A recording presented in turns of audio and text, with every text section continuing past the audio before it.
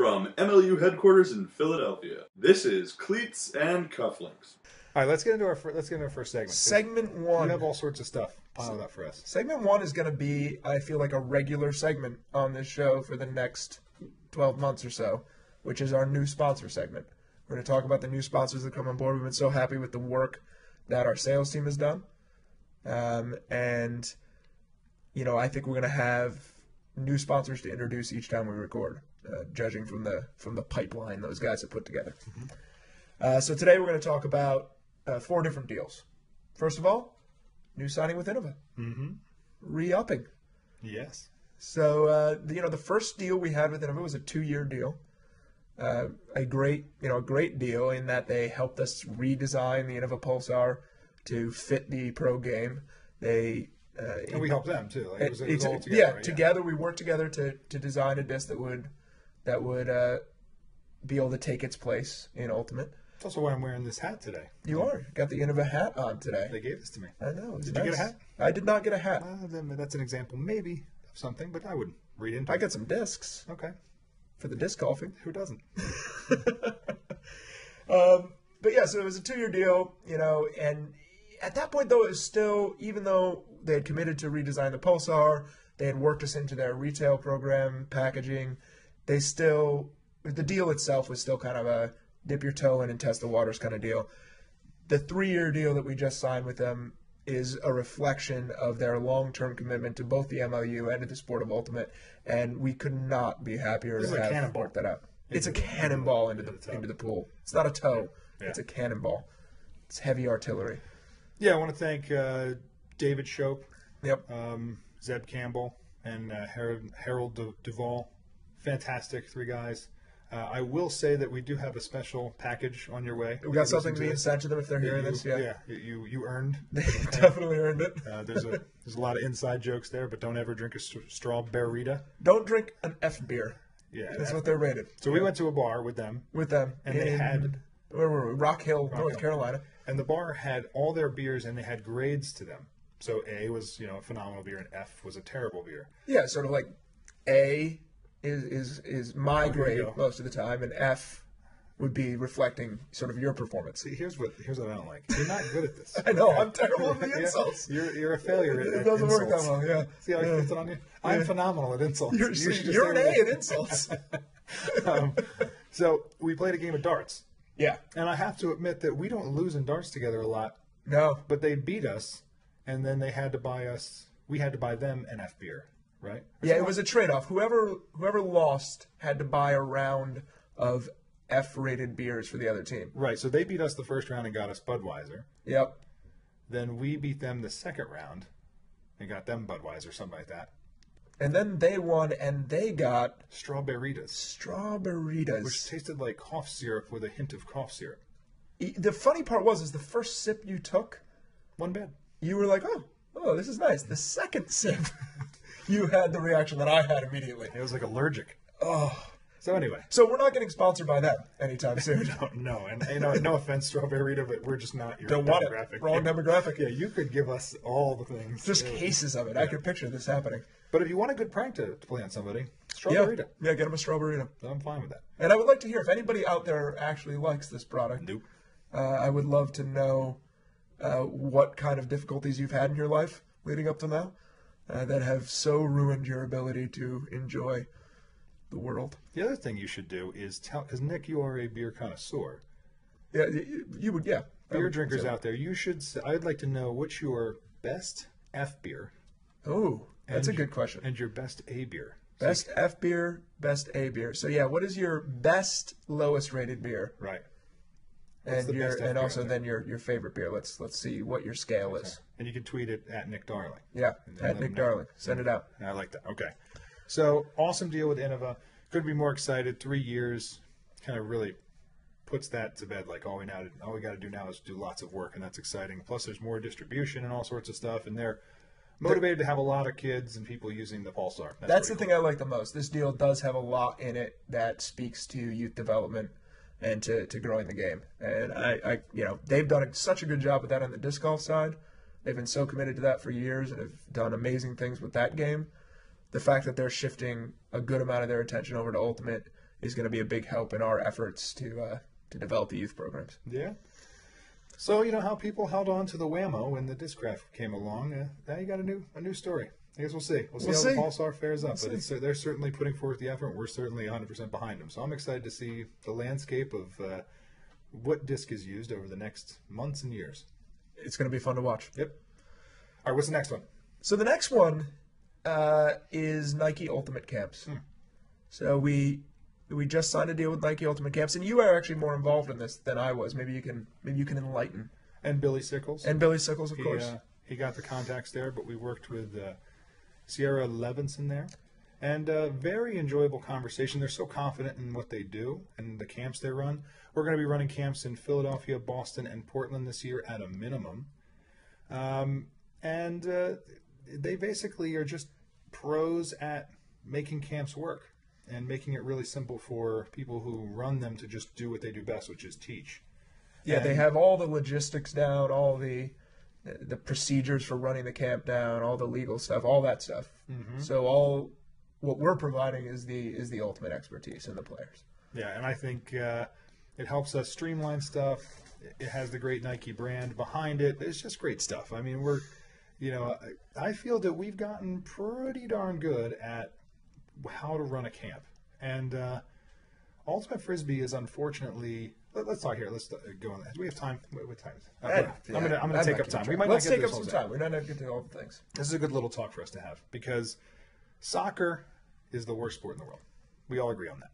Now, I don't think... I don't know that that's all of us. There's half of this table that definitely feels adamantly this way. Yeah. And if we look at the except that he gets excited now about watching soccer and playing FIFA. I love the Hotspurs, though. You do love the Hotspurs, but hopefully they should never trade that. What's that guy's name? I don't know. He was good. I don't know who you're going for. Bale. Oh, Gareth Bale. Gareth Bale. Yeah, that was a Gale for short. That's what they call him. They got a lot of money for him, but yeah. It's the easiest sport to teach for kids. It's so easy to let them play. You put a bunch of kids out, you say, hey, kick the ball. If it goes in the net, one of you scores, right? Yeah. And while you kids can be terrible at it, not a big deal because the game can flow. Basketball, it's tough. So you have to be able to dribble down the court, right? So you have to make different rules. Baseball is impossible. We have to play t-ball, and you have to do other things to facilitate playing a baseball game. Football, actually, in some ways, easier because they dumb it down so much. And actually tackling is kind of, But you're not even playing real football at that point, right? Like football, I could not, I've watched football for a long time. I could not walk out on the field and play a single point of football. But yeah, there's so many rules. There's an intelligence level we need. That is not the reason. Okay. but my point there is very difficult to have a game flow. But not even football actually isn't that hard to have game flow because you break it down very simple. Ultimate Frisbee, the disc can't touch the ground, and it makes it tough. Right? For a player to complete another pass to another player is not easy. And to throw it flat and for all those things is actually really, really tough. So one of the things we've been talking with Innov about, how do you make the best possible disc for youth? And what rules do you tweak so that youth have an easier time, playing the game? Because if you have aggressive marks on 8-year-olds, they're never going to complete a pass. They just don't. Right. It's too hard. So it's one of those things. So where I was going from here is Ultimate, while a very simple sport, right? It's just pass and catch, tough to teach. And so we really want to work on the curriculum of how to teach Ultimate and all of the basics because you have to learn how to throw to play the game. You have to have throwers. Absolutely. Yeah, I mean, it's like you said, the reason the game is so great for kids is it's simple. Throw the disc down the field, catch it in the end zone, you score. There's not a lot of rules, not a lot of confusing points. The challenge, though, is the skill set you need to just basically play is challenging. The throw and catch type of thing. And it's interesting to see are there ways we can adjust the rule set of the game to accommodate even younger kids, 6, 7, 8-year-olds, in ways that don't frustrate them and turn them off from the game too quickly. And one of the ways Big Tom, who's sitting here with us, talked about his days coaching basketball. You play with the kids, right? Yep. That way you have someone who can handle the ball. Ian McClellan and I were out helping a team, and we played. So what we did was you're just the reset. That way you have someone who can throw, or maybe throw. In my I case. remember that day when you showed up limping the next day, I think, right? Yeah, these kids. What are they? So you have someone who can, you're playing. Ian and I play against each other. We automatically allow a reset to each other, and we catch and distribute. And that way, the kids are starting to see. You get to talk to about game flow, and they understand that here's a throw, but they have to go, practice that stuff. So that's one thing we add in is like a facilitator, right? So because otherwise the game is just too hard. Yeah, and wouldn't you say that often, and I feel like I also have this problem even when I was coaching soccer, often it's the tendency of a coach who is a player to introduce concepts that are far too complicated for a situation. I feel like I see that all the time. I just saw it. And I see it all the time. I show up to practices and kids are running drills that are expert drills that are way too hard. And my suggestion to people running clinics or training teams is you have to start with the basics. You have to be able to throw and catch. So forget the deep cutting and flow drills and all these other things that are irrelevant if no one can throw to them. So you're running a drill where your kids make a little in cut, turn, and throw the disc deep, but none of them can throw deep. Let's rewind that, or let's change that to basketball. You're running a drill where instead of doing a layup drill, which is something you have to be able to do, I would make that akin to a dump drill. You're doing a 3-point drill, and none of the kids can get the ball. They can't even get the ball to the hoop. Yeah. So what's the point? You have to teach them the basics, and that's something I think we're pretty good at now. Like we realize, you have to. It's frustrating because a coach, right? You want them to be good, but unfortunately, the pathway to being good or to doing that drill is 100 practices away, and you need to realize that. Yeah, and for us, we're doing clinics, we're doing camps, we're introducing the game to a lot of people. It's got to be fun. You can't make it so frustrating that people don't want to come back. Yeah, I mean, imagine playing t-ball. I mean, I remember I loved baseball when I was a kid. Imagine being pitched to at the young age. There's always going to be the one kid who hits the ball every time. Yep. Because they're a fantastic young athlete. Then there's the other kids who just don't come close, and everyone's sitting there bored. So what they did is they put the ball on the tee.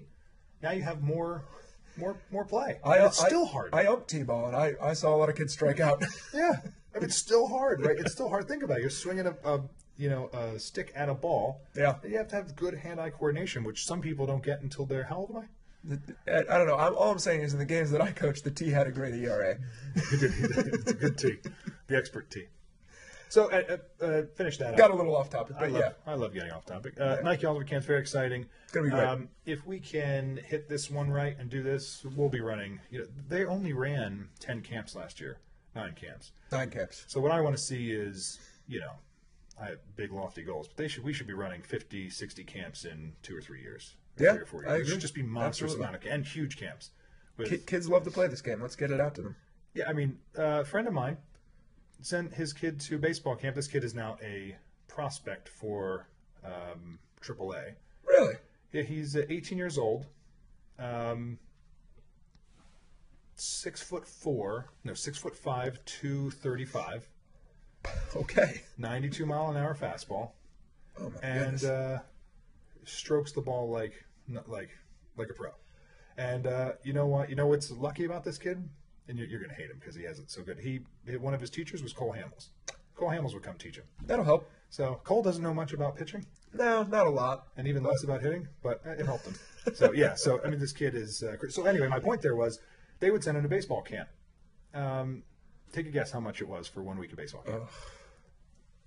I mean, I can't even imagine. $4,000. No. $4,000. No. So these Nike Ultimate camps are sometimes if they're day camps, they could be $300, $400. If they're overnight camps, they could be up like $1,500. So, wow. But just still think about it. Like the things parents are willing to pay. Number one, it's nice. A week, your kids get to go spend a week and do a lot of stuff. Parents get their week break, get to do some fun stuff. I could use one of those. I know. I agree. So that's why we're working so hard for this. Yeah, we got to work really hard. But these do our kids get to go for free? Yeah, they do. Okay, perfect. Okay. Of course, we have to run the camp, so that means you're just with your kid. But it's not that expensive, so we have a good opportunity because ultimate frisbee is nothing like baseball, where there's so equipment costs are so low. Yeah. Yeah, exactly. Awesome. All right, next. So next, one of one of my favorite sponsors we've ever gotten. Mm-hmm. Very- Billy Sickles again, right? Billy, showing up. Very excited about this sponsor. Peanut butter sponsor. Taking over the spreads category. Spreads. You know, sponsorship is divided into categories. Yes. They wanted spreads. So you won't be seeing a hummus. No You bed won't spreads. be seeing a fluffer nutter. You know, we have a peanut butter sponsor. Nutter butters? So Skippy Yes. peanut butter, stepping up into the ultimate game. This was cool because this is the first ever sponsorship that we signed that absolutely has nothing to do with Ultimate Frisbee. Shows the work and the reach of our brand and what we've been able to do. A massive brand like Skippy, it's just enormous. And they liked us because of all the hard work that our teams have put in. And when I say our teams, I mean not just our, like the Stags and the Rumble. I mean the content teams, the graphic teams, all the stuff they put in to make our brand look so good. And now we have Skippy on board. And the best part is that they also have confirmed that Creamy is the peanut butter of choice, which I agreed with completely, and we're just going to run forward with that. Absolutely untrue. That is so. There is no honest American that prefers creamy over crunchy. So It's just a simple fact. I don't know how we disagree on things all the time. This is one though that there's not no true. compromise here. Chunky is unfinished, right? Chunky is rustic. It's No. manly. It's not manly. It is. It's like having a beard, which Right. you also fail at. Right. No, so you're right. It is No Shave November. I shaved 2 days ago. No, see, this is your problem. Like you need a manly peanut butter to make up for your lack of manliness. I need a peanut butter in which I can see myself. I need to be able to look at a peanut butter and say that is a peanut butter with grit, determination. A peanut butter And nuts in it. that has a little nuts.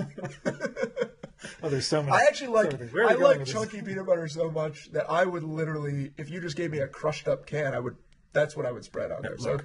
So Skippy, if I could get a chunkier peanut butter, Yeah, let's do a survey to see that. we're gonna do a survey. And here's what I know, because this is what annoys me.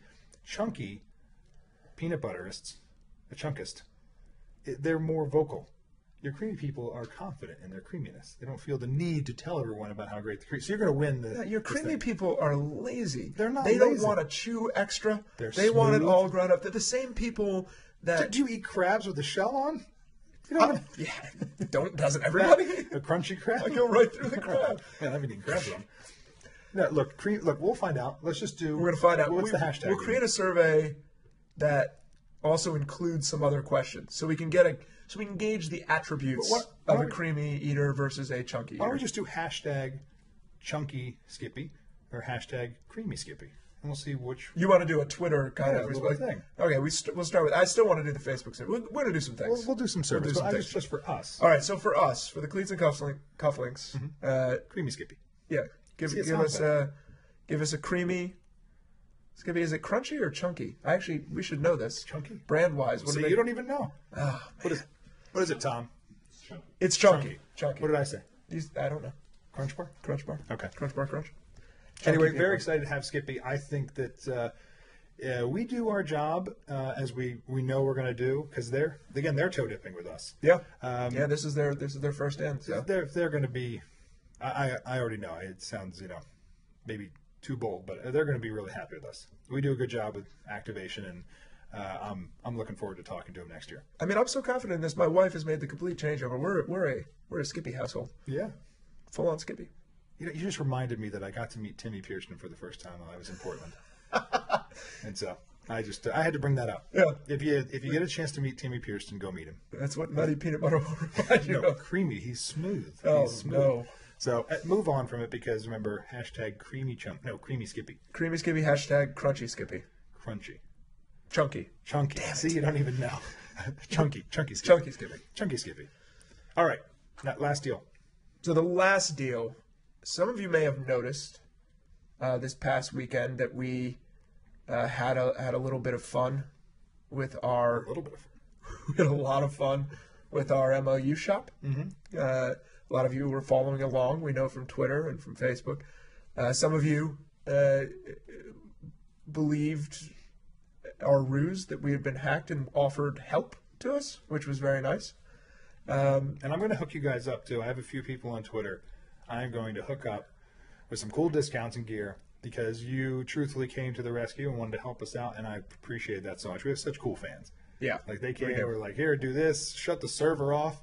And, Tom and I were doing it, right? We're like sitting there watching the Twitter feed, and I'm like, they're so helpful. And one guy was like, turn the server off, for God's sakes, and it made me laugh. I'm like, oh man, it's a hoax. So we just wrote to him like, it's a hoax. I like the comment where someone said, this has got to be a disgruntled employee.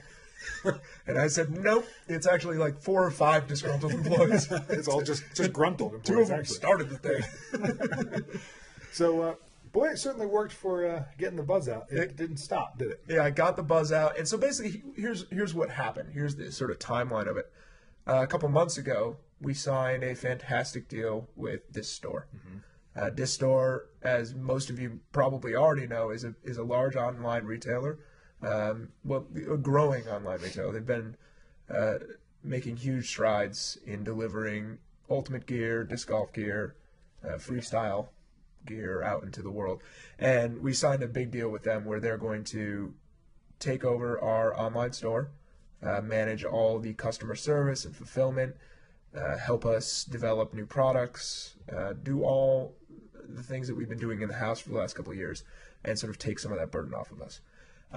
So we signed that deal a couple months ago, and as the date approached for us to make this changeover, we've been selling out all of our excess stock of what we had left, and our store was starting to look a little bit sparse. And we're like, what are we going to do to commemorate this switch? And I'll credit you with the idea of, let's destroy our own store. I did like that idea. And yeah, so we sat down with the content team, developed a strategy for literally sabotaging ourselves in the name of transition. And it's funny, I have a good friend of mine who works for a very large company in e-commerce. They, hundreds of millions of dollars they do in business. And I was telling him what we were doing, and he was loving every minute of it. And he watched all weekend long. He's like, this is the greatest store transition. It's ridiculous. We actually have to post screenshots. I got a lot of emails and communication with people who were just like, such a fun idea. Like, it's so silly. Of course, I also got email from Dan Vogel who was like, what are you doing with e-commerce? And I get it. He's an e-commerce man and all that stuff. So yeah. He hated part of it. But I think everybody saw that we had a lot of good fun with it. We really should post the screenshots of what we did. I mean, it was Markham Schaffner's rocket arm, and his arm was a rocket. It was, you could buy... I like Matt Esser's workout video. You could buy Alan Clark's hair. Yep. You could buy... Who was the other one? It was the top left. Oh, it was Tridiac's hammer, and he was actually throwing a hammer. He was throwing a hammer. It was good stuff. I think it was the thing about it is you actually suggested the idea, like, let's destroy our store. It'll be a fun thing to do. You originally suggested it, but then you got a little bit of cold feet a little bit. You didn't want us to be too silly or too funny, right? We had this conversation. I just thought when you're dealing with a lot of people, you need to be really direct in what you're doing. Yeah. Else it's confusing. And I think you were right. And I think we found a good line between that. But at the same time, we're serious often, I think. Because our brand is a very serious thing. It's our business. It's what we care about. It's the livelihood of a lot of people now. And it's very important that we're careful with it. We're still going to take, from time to time, a moment to poke fun at ourselves, to just have, to have fun. And I think as a staff and as a company, we earn the right to do that now and then, and to take some risks as well. So your team did a good job. I mean, a darn good job. It couldn't have been better. It was just great. And we should put together a review. Yeah, people should see it. It was hilarious. It was. We will do that. We'll assemble a little bit of a review of that and get some stuff out. We'll put Tom on that and get some stuff up on social media because it was a lot of fun. And now here we are. This store is launched. 2-year deal with them. Yep. Right now the product line is somewhat limited, as we knew it would be when we started. But you'll see that it will be building up over the coming weeks and months as we lead into the season. And we'll actually have developed a deeper, more diverse product offering. So this deal does not constitute toe dipping. This is, again, I credit this store for coming in kind of full force. Yeah. Really enjoyed the times with Chris and Andy. We've worked with them. Great guys.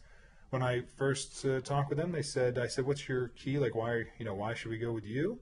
And they said, "Our customer service is tops," and that everyone says the same thing. it resonates with every person I've talked with. They said their customer service is phenomenal. Also, the way they track their metrics and the way they make their choices is phenomenal. So the reason you have less, or you see less in the shop now, is we put up basics, and we're going to continuously roll out more and more products, and we're going to measure them smartly, and for their success, that way we have the designs that are getting the most sales. We're working on making the shop even more and more successful. And the good news for our fans out there is, we ran, I think, a pretty good shop. We did a good job, but that's not our core competency. Right. Theirs is, and we rarely did lost leaders, to generate sales, right? It just wasn't really our thing and how we did it. If you stay, and you should follow Distore. Oh, definitely. Twitter. You should get on their list and everything. You can buy stuff at greatly discounted prices when they're doing their big sales. So there's something to watch. You can sign up for a monthly disc, or like every month they send you something new. That's greatly a cool thing. Discounted stuff. I mean, if you want to get ultimate gear, they're the place to go. Yeah, and keep an eye this weekend. Black Friday sales on MLU gear, and we'll also have some stuff going on Cyber Monday. Yeah, you get free mini disc right now. Free mini disc on Friday, I think, and then right now the whole time. Right now the I'm whole pretty time. sure you can get the free mini discs. discs. Get in there. So a lot of good stuff. Head on over, check out the new shop. Check out the other stuff they have to offer. They're a great company. We could not be happier about this. Yeah, and more stuff is going to keep rolling out, so you guys will have fun. Yeah. Is that all of them? Well, for now, we'll save our next round for next week, and we'll do some more sponsor shout outs, show you a little bit of the types of deals we're putting together, and as I said, it's going to be a regular segment. We got a lot of stuff coming in. Kudos to Jonathan, Billy, and Bert, the team up there, for rocking it. More sponsorships have closed in the last 45 days than they have in the previous 700. So, True. Phenomenal. True. And it's clicking. And we know the deals that are out right now that are just as good as this. Oh, phenomenal deals. Exciting. So excited. We'll have them in the next week or two, and we get to talk about them. I love it. Oh, last note on Distore. They're going to be on the front of the Philadelphia Spinners jersey. Oh, that's right. Forgot to mention that. So congratulations, Philadelphia Spinners, getting yourself a jersey sponsor. Innova is on every jersey. Yeah, Innova will be a small marking on every jersey throughout the league, which is cool. And then Distore is going to be taking the front of that Philadelphia Spinners jersey. And as a hint, we may have something to talk about with jerseys in the next week or two. You never know. So we'll just leave that there. Yeah, we'll leave that. Let that hang out there. You love hints. I love hints. Oh, God. I'm all about hints.